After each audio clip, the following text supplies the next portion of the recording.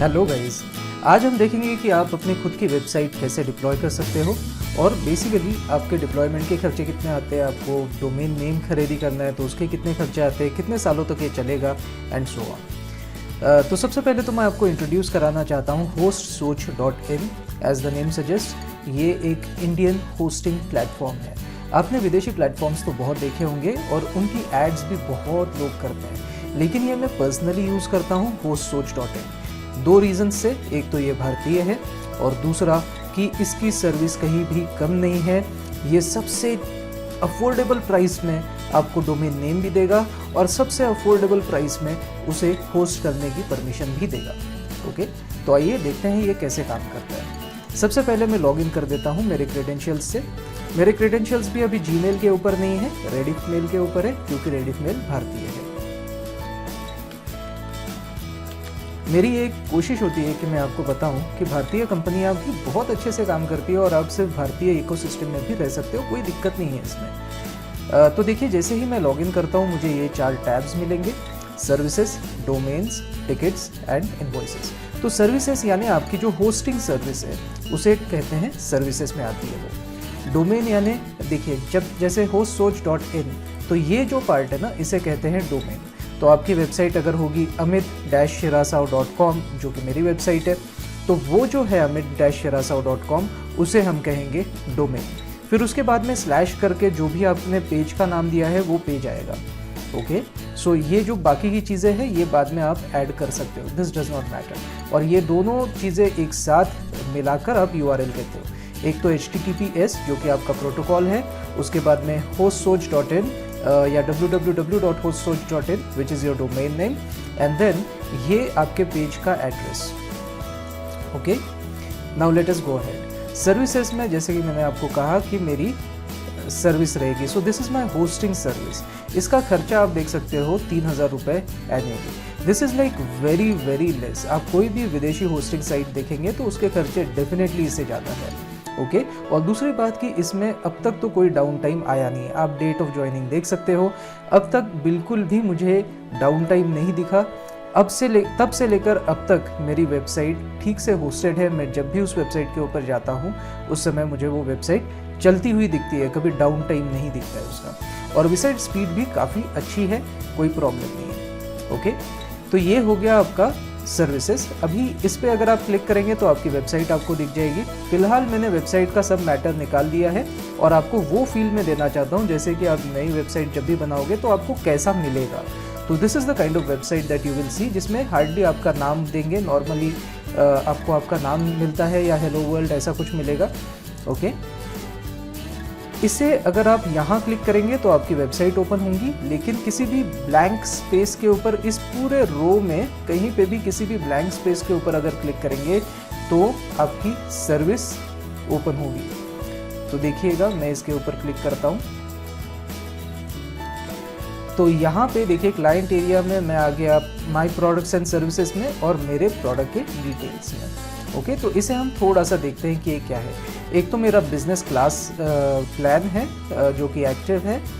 Okay, इसका date वगैरह देंगे कि मैंने कब रजिस्टर किया था, फाइनल पेमेंट कितना हुआ वगैरह वगैरह। ये फाइनल पेमेंट में थोड़ी सी अमाउंट मेरे ख्याल से इसमें रिकरिंग अमाउंट भी है। ये फर्स्ट पेमेंट अकाउंट थोड़ा सा हमेशा डिस्काउंटेड होती है, तो मुझे पूरे 3000 रुपये नहीं 500 रुपये कम देने पड़े। लेकिन यही 500 रुपये का फिर मैंने डोमेन नेम परचेज़ कर दिया इनसे। ठीक है, तो ये उनका एक स्कीम होती है कि आप देखिए फर्स्ट टाइम आए हो तो फर्स्ट टाइम हम 500 रुपये का डिस्काउंट दे देंगे, तो आप डोमेन भी हम ही से खरीद लीजिएगा। तो इस टाइप से होता है वो। डोमेन आपको चॉइस है, फिर भी ये डिस्काउंट फिर भी आपको मिलेगा अगर आप डोमेन नेम इनसे नहीं परचेस करते तब भी। लेकिन मैंने सोचा कि यार एक तो पहले ही रेट्स इनके बहुत कम है, 3000 रुपये annually is like nothing compare to rest of the service providers, और उसके भी ऊपर उन्होंने 500 रुपये का डिस्काउंट दिया, तो मैं बहुत खुश हुआ। इसलिए मैंने कहा कि यार डोमेन का भी मैं खर्चा आपके वेबसाइट के ऊपर करूँगा। Okay, and that's why I did it. बाद में इसका बिलिंग साइकिल एनुअल है और बाद में नेक्स्ट ड्यू डेट कब है, तो ऑफकोर्स 1 साल के बाद, ये यहाँ से 1 साल के बाद। Okay, and so on and so fourth. यहाँ पे आप देखेंगे कि यहाँ पे होस्टिंग इन्फॉर्मेशन है और रिसोर्स यूजेज है। तो होस्टिंग इन्फॉर्मेशन में आपको आपका डोमेन नेम मिल जाएगा, विजिट वेबसाइट यानी दोबारा मेरी वेबसाइट ओपन हो जाएगी। बाद में ये मेरा यूज़र नेम है, ये मेरा आईपी एड्रेस है और ये मेरे नेम सर्विस है। तो ये आईपी एड्रेस आपको याद रखना है, ओके। या फिर याद नहीं रखेंगे तब भी आप यहाँ पे जब भी क्लाइंट एरिया में जाके मेरे सर्विस में आएंगे तो आपको दिख जाएगा कि this is my IP address. मैं आपको बाद में बताता हूँ। इससे बेसिकली फाइलज़िला से जब भी आप कनेक्ट करोगे उस समय होस्ट नेम आपको ये देना है, okay. So let me first go to log in to Plex control panel, okay. इसके कुकीज़ आप एक्सेप्ट कर लीजिए। देखिए यहाँ पे आप डोमेन्स ऐड कर सकते हो, सब डोमेन्स ऐड कर सकते हो और डोमेन एलियासेस ऐड कर सकते हो। तो ये सब क्या है, देखिए डोमेन यानी जो मैंने ऑलरेडी ऐड कर दिया है मेरे लिए amit-shirasav.com, ओके।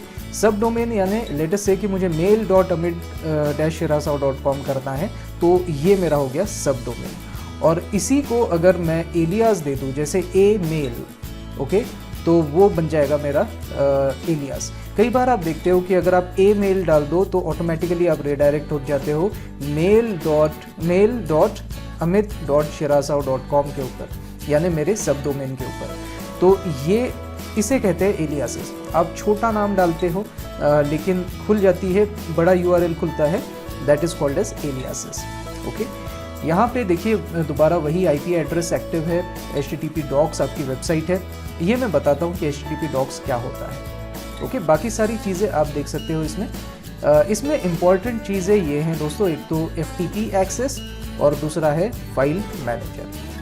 तो फाइल मैनेजर यानी वो वाला मैनेजर यानी आपका एक्सप्लोरर की तरह है, यानी आपके फाइल्स मैनेज करने के लिए एक चीज़ होती है जिनमें आप अपने वेबसाइट की बाइनरी अपलोड कर सकते हो, ओके। तो आइए मैं पहले फाइल मैनेजर ही आपको दिखा देता हूँ। यहाँ पे अगर आप देखेंगे तो आपको इस टाइप से एक पेज मिल जाएगा जिसमें होम डायरेक्टरी दिखेगी और ये बाकी सारे के सारे फोल्डर्स आपको दिखेंगे। प्लेक्स, जैसे कि आप समझ सकते हो कि ये प्लेक्स है। प्लेक्स यानी इसके कंट्रोल पैनल को या सी पैनल को ये लोग प्लेक्स कहते हैं। कंट्रोल पैनल क्या होता है, जिससे आप अपनी वेबसाइट को कंट्रोल कर सकते हो, यानी उसमें कौन कौन से बाइनरी है, यानी उसकी कौन कौन सी फाइल्स है उसमें जो दिखेगी, ओके। उसके बाद में इसका आईपी एड्रेस क्या होगा, डोमेन नेम क्या होगा वगैरह, ये सारी चीज़ें, यानी कोई भी कॉन्फ़िगरेशन जो है आपके वेबसाइट का वो आप सी पैनल यानी कंट्रोल पैनल से करते हो। और होस्ट सोच के कंट्रोल पैनल को वो लोग कहते हैं प्लेक्स, ओके। तो प्लेक्स में अगर आप प्लेक्स में मैं कहाँ पे हूँ, मैं मेरे फाइल मैनेजर में हूँ, ओके। और फाइल मैनेजर में मुझे दिखाई दे रहा है कि this is my root folder. इसे कुछ लोग रूट फोल्डर कहते हैं। फाइलज़िला में अगर देखेंगे तो एक स्लैश दिखेगी आपको और इसके अंदर आपको ये सारे फोल्डर्स मिल जाएंगे। तो इसमें से जो ये HTTP docs है ना, इसका केवल आपको काम है, बाकी के फोल्डर्स जैसे कि वैसे रखिए, कोई समझने की भी ज़रूरत नहीं है कि उनमें क्या है, ओके। HTTP docs में बेसिकली आपको आपके वेबसाइट की बाइनरी रखनी है। जैसे अभी जैसे ही आप नई वेबसाइट बनाओगे तो आपको कस्टमर केयर वाले इस टाइप से देंगे वेबसाइट बना के। तो ये जो है ना, ये index.html, this is the file that is being shown over here in your website. तो मैं आपकी वेबसाइट में दिखा देता हूँ। ये है मेरी वेबसाइट amit-shirasav.com। इसमें केवल अमित शिरासाव दिख रहा है। ऐसा क्यों दिख रहा है, let me go inside this. index.html को मैं ओपन करता हूँ। आपको दिखेगा कि एक इन साइट एक एडिटर ओपन हो जाएगा। यहाँ पे भी आप एडिट कर सकते हो आपके फाइल्स को, लेकिन मैं नहीं रेकमेंड करूँगा। देखिए यहाँ पे आप देखेंगे कि index.html में टाइटल होगा amit-shirasav, जो कि यहाँ पे टाइटल दिख रहा है, और इसमें बॉडी में केवल अमित शिरासाव इतना ही लिखा है। तो इसलिए आप यहाँ पे अमित शिरासाव देख पा रहे हो। लेट अस से कि यहाँ मैं मेरा पूरा नाम लिखता हूँ अमित सुधीर शिरासाव और इसे ओके कर देता हूँ, ओके। ये फाइल सेव सक्सेसफुली हो गया। अभी अगर मैं इसे रिफ्रेश करूँगा तो यहाँ पे अमित सुधीर शिरासाव आ गया, ओके। तो this is only to demonstrate to you कि आपके वेबसाइट में जो कुछ भी चल रहा है वो बेसिकली यहाँ इस HTTP docs में जो लिखा है, जो भी फाइल्स है वो दिख रही है आपको। और उसमें से भी एक फाइल हमेशा होनी चाहिए index.html, जो कि आपकी स्टार्टिंग पॉइंट होगी। और ये index.html इंटरनली बहुत सारे स्टाइल शीट्स को कॉल कर सकती है या फिर JS फाइल्स को कॉल कर सकती है। तो वो सारे JS फाइल्स और स्टाइल शीट्स आप यहाँ पे इन फोल्डर्स में रख सकते हो। वैसे इन फोल्डर्स का मुझे ज़्यादा कुछ मतलब नहीं लगता, तो इन्हें हम निकाल भी सकते हैं, ओके। तो मैं आपको जस्ट एक डेमो के तौर पे दिखाता हूँ कि ये एक वेबसाइट मैंने खुद के लिए बनाई है। ये मैं यहाँ से चला रहा हूँ, देखिएगा यहाँ पे मैंने एनजी आयोनिक सर्व किया हुआ है। ये वेबसाइट मैंने आयोनिक एंगुलर को यूज़ करके बनाई है। अगर आप डिटेल में जानना चाहते हो कि वेबसाइट कैसे बनाए using Ionic and Angular, then go to this particular video. Okay, ये वेबसाइट मैंने यहीं पे इंटीग्रेटेड टर्मिनल से मैं चला रहा हूँ। ये देखिए, it will be served on this local host and 8100, और ये फाइनली बोला है इसने कि development server is running and it is working over here. तो ये वेबसाइट ज़रा सा मैं आपको दिखा देता हूँ। This is the website. इसमें मैंने जस्ट बहुत सिंपलिस्टिक, एक मिनिमलिस्टिक वेबसाइट बनाई है, जिसमें केवल मैं ये इम्प्रेशन के लिए मैंने बनाई है कि अगर लेट से मैं ओवरसीज कोई कंपनी में अप्लाई करता हूँ तो कितना अच्छा रहेगा ना, अगर मैं उन्हें कहूँ कि मेरा एक ग्लोबल फुटप्रिंट है। How great it would be अगर मैं HR को कहूँ किसी, you can download my resume from my website, my first name dash my last name .com, amit-shirasao.com। सो इसलिए ये मेरा होम पेज है जिसमें सिर्फ मेरा रेज्यूमे है। ये रेज्यूमे अगर वो डाउनलोड करना चाहते हैं तो ये बटन दबाएं, तो ये PDF फाइल डाउनलोड फॉर्मेट में ओपन हो गई। यहाँ पे आप डाउनलोड कर सकते हो, प्रिंट कर सकते हो, फुल स्क्रीन कर सकते हो, ये सारी चीज़ें। ये बेसिकली मैंने भी नहीं किया, it is just opening the PDF file into a new tab. So automatically ये ब्राउज़र आपको ये सारी फैसिलिटीज़ खुद से देगा। बाद में दूसरा है वीडियोस। तो यहाँ पे मेरे सारे के सारे YouTube के वीडियोस होंगे। यहाँ पे अगर मैं कोई भी प्लेलिस्ट सिलेक्ट करता हूँ तो उस प्लेलिस्ट से रिलेटेड वीडियोस यहाँ पे दिखना शुरू हो जाएगा। This is still into making. मैं यहाँ पे डिस्क्रिप्शन देना चाहता था तो इसलिए मैंने यहाँ पे कुछ टेक्स्ट डाल दी। यहाँ पे basically it will be one video and यहाँ पे साइड में उसका डिस्क्रिप्शन आना चाहिए, फिर ये नीचे आ जाना चाहिए and so on. In videos को आप अलग अलग प्लेलिस्ट से उठा सकते हो। अगर मैं 2 प्लेलिस्ट सिलेक्ट करता हूँ, अभी तो फिलहाल मैंने 2 ही डाले हैं, लेकिन यहाँ पे मेरे सारे के सारे प्लेलिस्ट यानी अभी तक के 137 वीडियोस आ जाएंगे। और भी मैं 30 और वीडियोस यानी 28 एक्चुअली जावास्क्रिप्ट के ऊपर और भी वीडियोस में बनाने वाला हूँ। तो जल्दी ही मेरा वीडियोस का काउंट होगा 165 और ये सारे वीडियोस आपको यहाँ पे दिखेंगे। आप प्लेलिस्ट के अनुसार इन्हें सेलेक्ट कर सकते हो। जो भी सिलेक्ट किया है वो प्लेलिस्ट आपको यहाँ दिख जाएंगी। यहाँ पे एक चेक बॉक्स रहेगा हर एक वीडियो के ऊपर। आप इन्हें अगर सिलेक्ट करेंगे तो यहाँ पे एक सिलेक्ट बटन होगा जो कि अभी इनएक्टिव होगा अगर कुछ भी सिलेक्टेड नहीं है। जैसे ही आप कम से कम एक सिलेक्ट करोगे तो ये एक्टिवेट हो जाएगा और बाद में इसे क्लिक करके आप इसे शेयर कर सकते हो, लेट से फेसबुक के ऊपर, ट्विटर के ऊपर, व्हाट्सएप के ऊपर या जो भी सोशल मीडिया प्लेटफॉर्म आप चाहो उसके ऊपर आप शेयर कर पाओगे मेरे वीडियोस। तो इसका फ़ायदा ये होगा दोस्तों कि लेट से कि आपका कोई दोस्त है, उसे आप एंगुलर के कुछ वीडियोस सेंड करना चाहते हो, कुछ जावास्क्रिप्ट के और कुछ CSS के। लेट से कि आप इंटरव्यू प्रिपरेशन के लिए उसे कुछ वीडियोस शेयर करना चाहते हो, तो मेरे सभी टॉपिक्स के वीडियोस आप यहाँ से सिलेक्ट कर सकते हो कि कौन कौन सा चाहिए आपको, फिर उन्हें चेक कर दीजिए और फिर उसे शेयर कर दीजिए, तो वो एज अ कलेक्शन शेयर हो जाएगा उसके साथ। Okay, so this is what I want to do. इसके बाद मेरा तीसरा टैब भी मैं आपको दिखा देता हूँ। तीसरे टैब में मैं चाहता हूँ कि यहाँ पे एंड्रॉयड के मेरे सारे के सारे APKs आ जाए। जैसे मैंने एक गेम बनाया था तो वो गेम यहाँ आ जाए। मैं आगे चल के पारायण के लिए एक ऐप बनाना चाहता हूँ। लाइक लेटेस्ट से आपके माता पिता को एक ही मंत्र जाप 108 बार करना है, तो वे क्या करेंगे कि उसे पारायण मोड के ऊपर डाल देंगे, तो वो चलता रहेगा मंत्र और उसका काउंट भी अपडेट होते रहेगा। उन्हें काउंट करने की ज़रूरत नहीं है, वो काउंट अपडेट होते रहेगा और ये 108 बार हो गया कि उसके बाद वो धन्यवाद कहेगा। फिर अगर उन्हें और 108 बार करना है या 21 बार करना है, 51 टाइम्स, 11 टाइम्स, तो वो उस अनुसार बता सकते हैं कि इसे और इतना चलाइए। या फिर ऐसे भी कह सकते हैं कि इसे रिकर्सिवली वो चलाते रहे और सिर्फ काउंट अपडेट किया जाए, यानी इनडेफिनेटली सिर्फ चलाते रहिएगा, जब तक मैं फ्री हूँ तब तक मैं इसे चलाऊँगा, ऐसा भी वो एक मोड रख सकते हैं। तो वो काउंट उन्हें खुद नहीं करना पड़ेगा, काउंट आपकी मशीन खुद कर देगी। So this is one application that I want to develop. और इससे बाकी बहुत सारे एप्लीकेशंस हम यहाँ बनाएंगे और यहाँ पे हम डालेंगे। अगर आपके पास भी कोई सुझाव है कि भारत के हित में कोई भी अगर ऐप आप चाहते हो तो मुझे ज़रूर सुझाव दीजिए। मैं भारत हित में जो भी ऐप्स होंगे वो डेफिनेटली ऑन प्रायोरिटी लेके बनाऊंगा। Okay, so this is my website. ये देखिए कहाँ चल रही है, ये लोकल होस्ट के ऊपर चल रही है। आइए इसे होस्ट करके देखते हैं मेरे होस्ट सोच वेबसाइट के ऊपर, यानी होस्ट सोच प्रोवाइडर के ऊपर। तो आपको क्या करना है, दोबारा आप इंटीग्रेटेड टर्मिनल में जाइए। इसे मैं थोड़ा सा बड़ा कर देता हूं ताकि आप देख पाएं ठीक से। या एक काम करते हैं, इस इंटीग्रेटेड टर्मिनल में ना बहुत छोटा फॉन्ट आ जाता है, आपको दिखेगा नहीं ठीक से।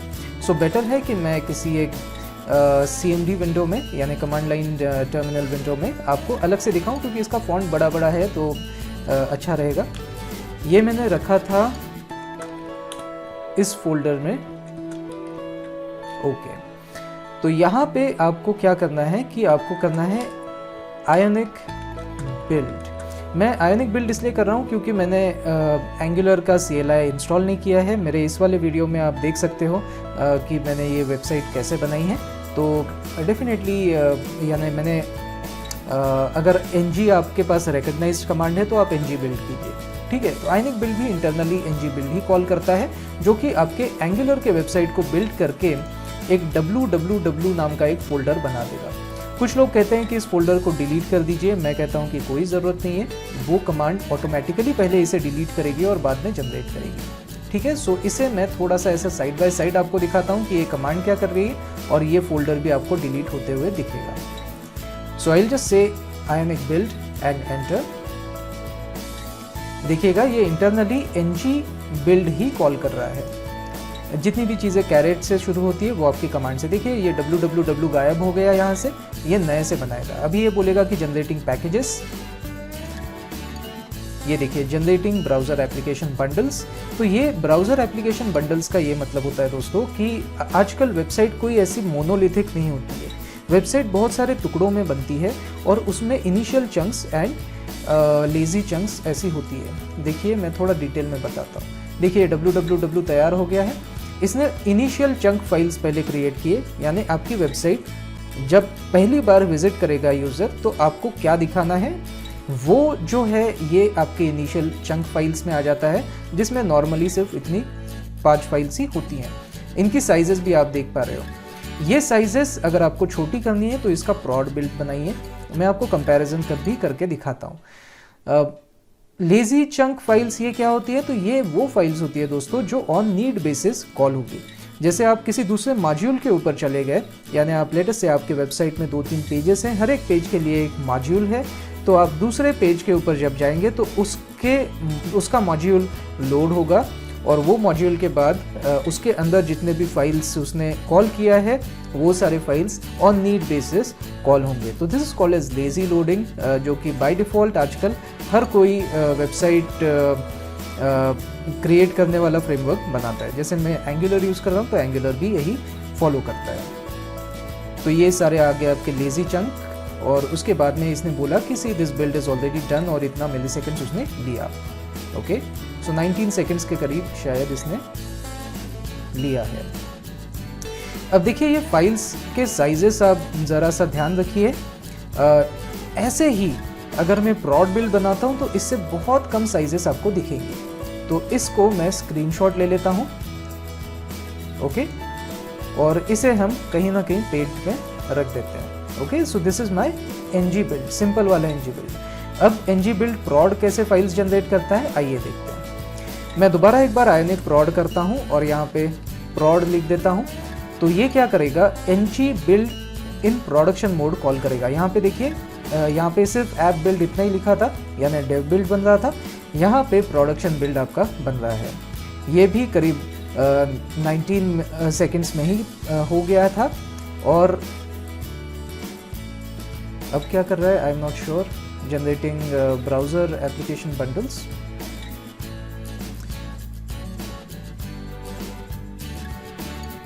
ओके, तो इसे करीब 20 सेकेंड्स लगे।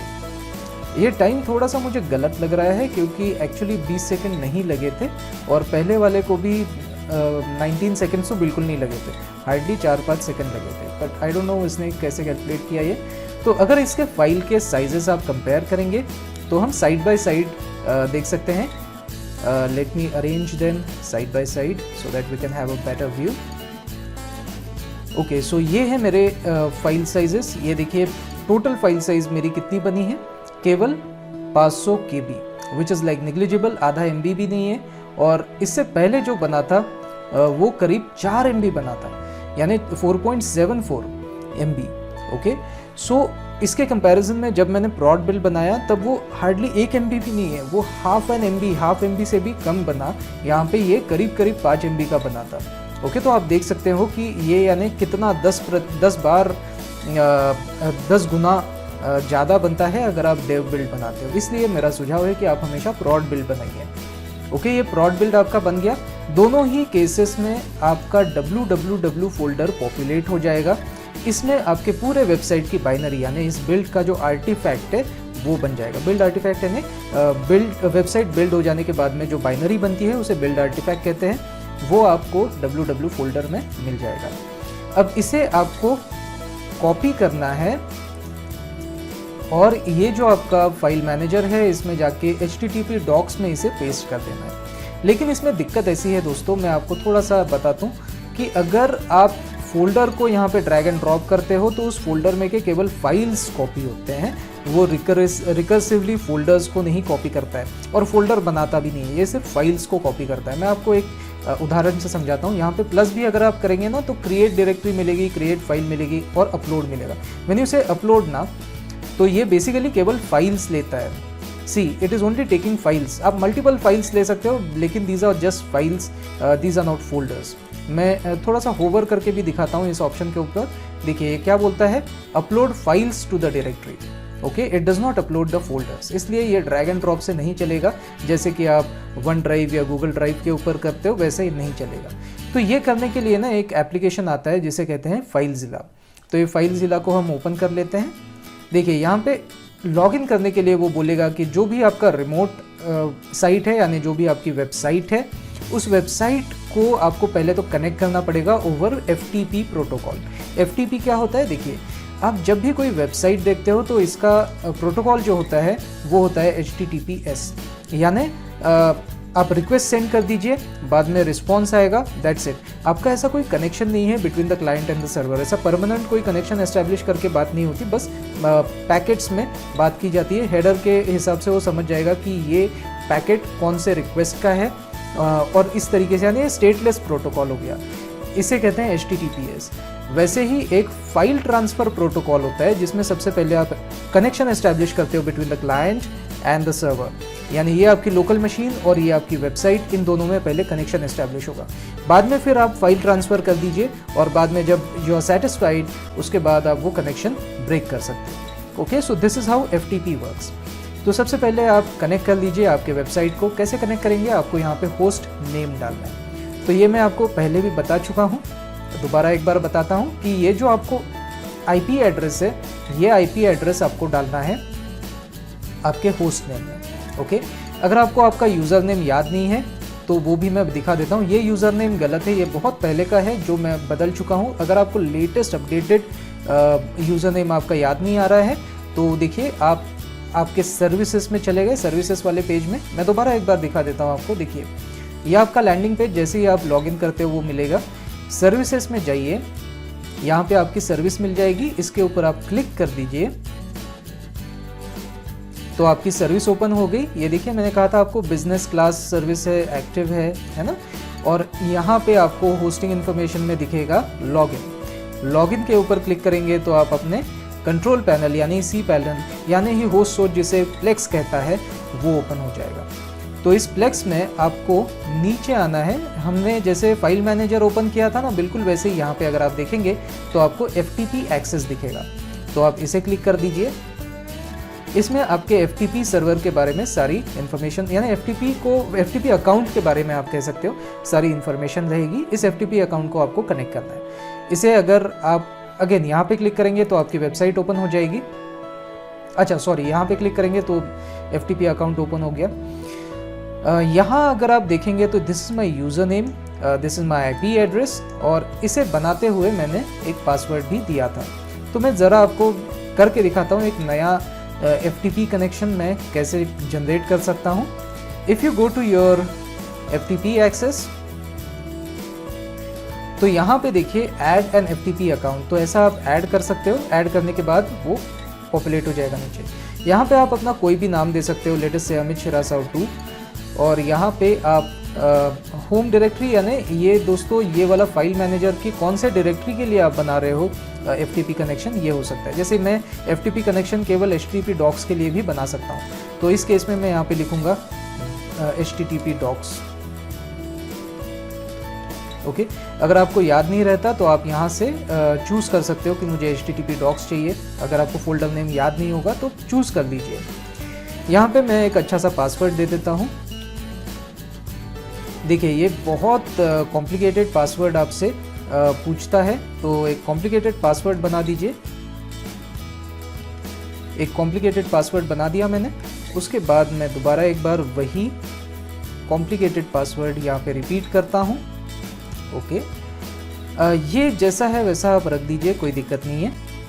तो ये बन गया आपके HTTP के क्रेडेंशियल्स। ओके,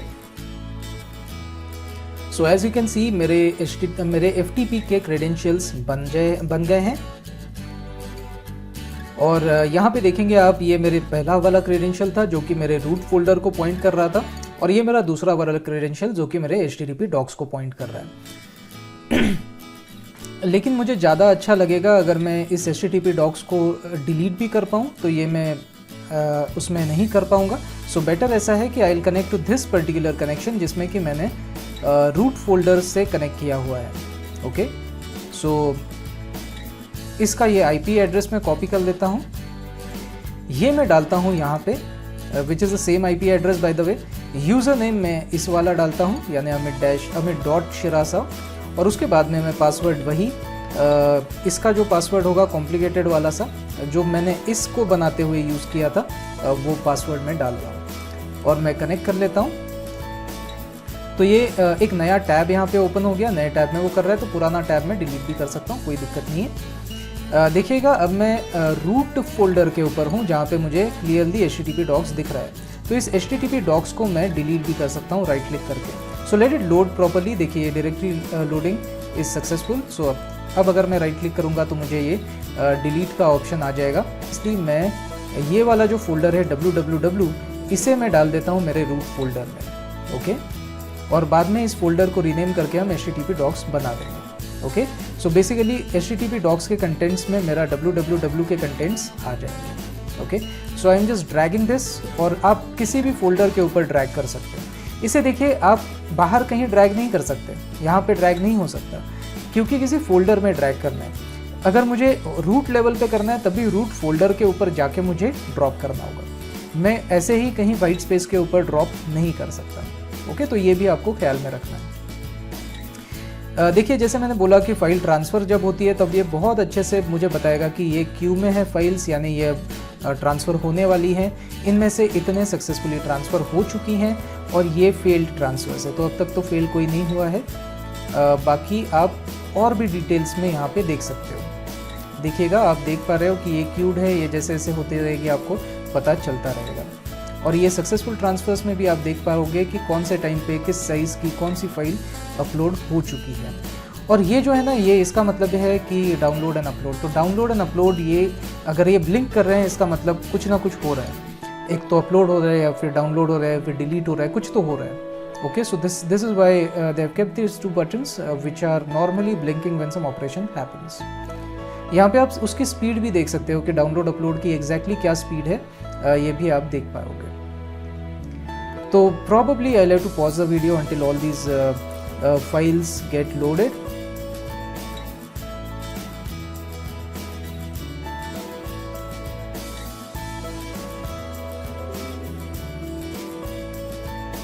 ओके, सो अभी भी अगर आप देखेंगे तो ये www फोल्डर ही है, इसे हमें रीनेम करना है HTTP डॉक्स करके। तो मैं मेरे कंट्रोल पैनल में दोबारा लौटता हूँ।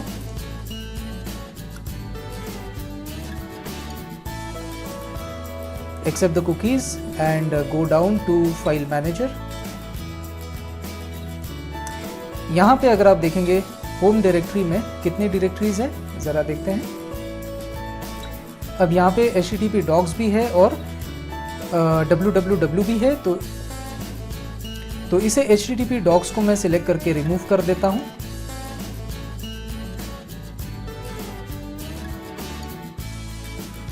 ओके, और मैं www को रीनेम करके HTTP डॉक्स बोलता हूँ इसे, HTTP docs। ओके, अब मेरी वेबसाइट तैयार हो जानी चाहिए। Let me just see, amit-shirasao.com, fingers crossed, देखते हैं।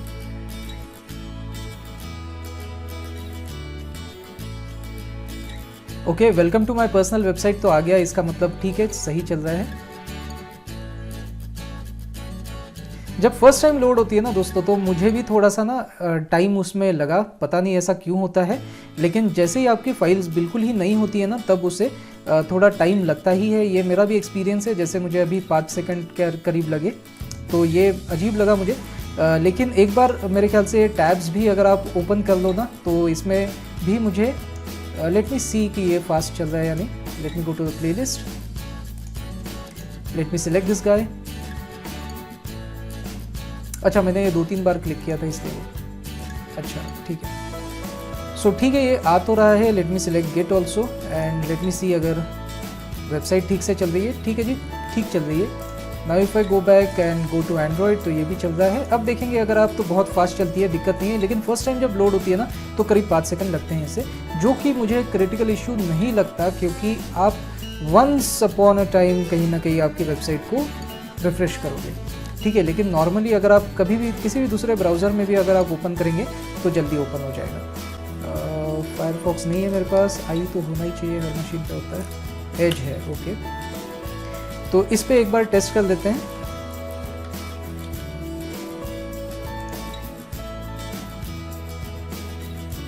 ओके, तो इसके ऊपर भी फर्स्ट टाइम लोड होने में टाइम लग रहा है। तो ये अब मुझे फिगर आउट करना है कि मेरी वेबसाइट को मैं और कैसे छोटे करूं, ताकि ये जो फर्स्ट टाइम लोड का प्रॉब्लम है ये सॉल्व हो जाएगा।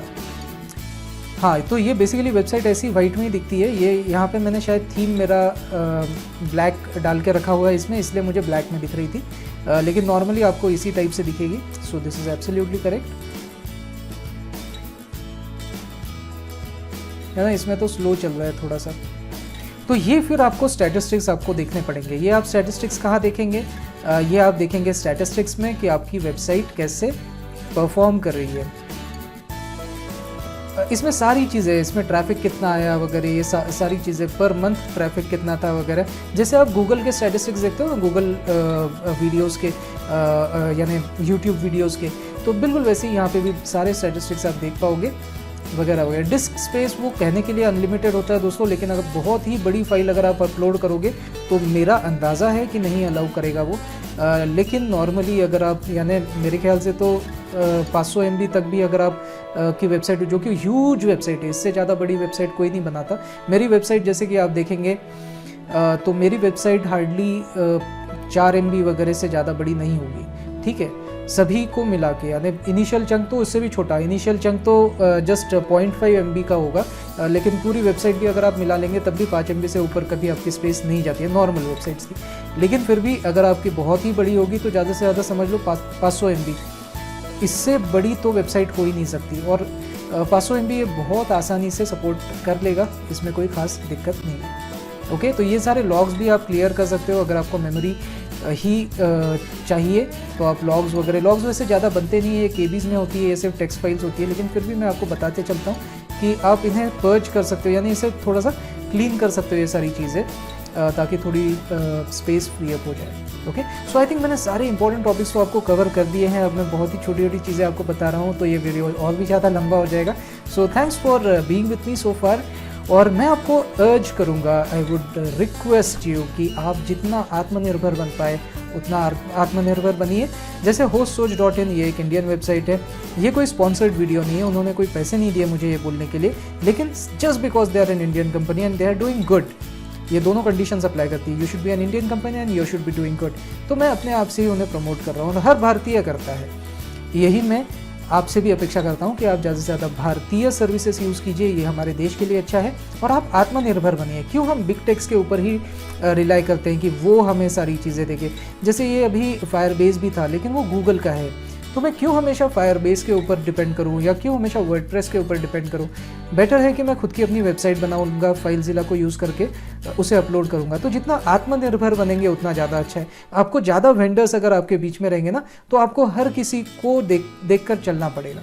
तो जितना आत्मनिर्भर आपकी वेबसाइट होगी उतना अच्छा रहेगा। मैं YouTube के वीडियोस भी यहाँ पे इसीलिए ट्रांसफ़र कर रहा हूँ ताकि YouTube के ऊपर मेरी सारी डिपेंडेंसी ना रहे, कि अगर मुझे कम्युनिकेट करना है आपसे तो सिर्फ मेरा YouTube ही एक साधन है, ऐसा नहीं होना चाहिए। मेरी खुद की वेबसाइट हो यार, उसके ऊपर से आप मेरे वीडियोस को देख सको, इसलिए मैंने ये बताया। इसके ऊपर अगर आपको और भी कोई गाइडेंस है चाहिए होगा तो डेफिनेटली मुझे आप कांटेक्ट कीजिए। सभी देशवासियों का बहुत बहुत स्वागत है, मैं आपको आत्मनिर्भर बनने में पूरी मदद करूँगा। Okay, so until next time, this is Amit signing off. जय हिंद, वंदे मातरम।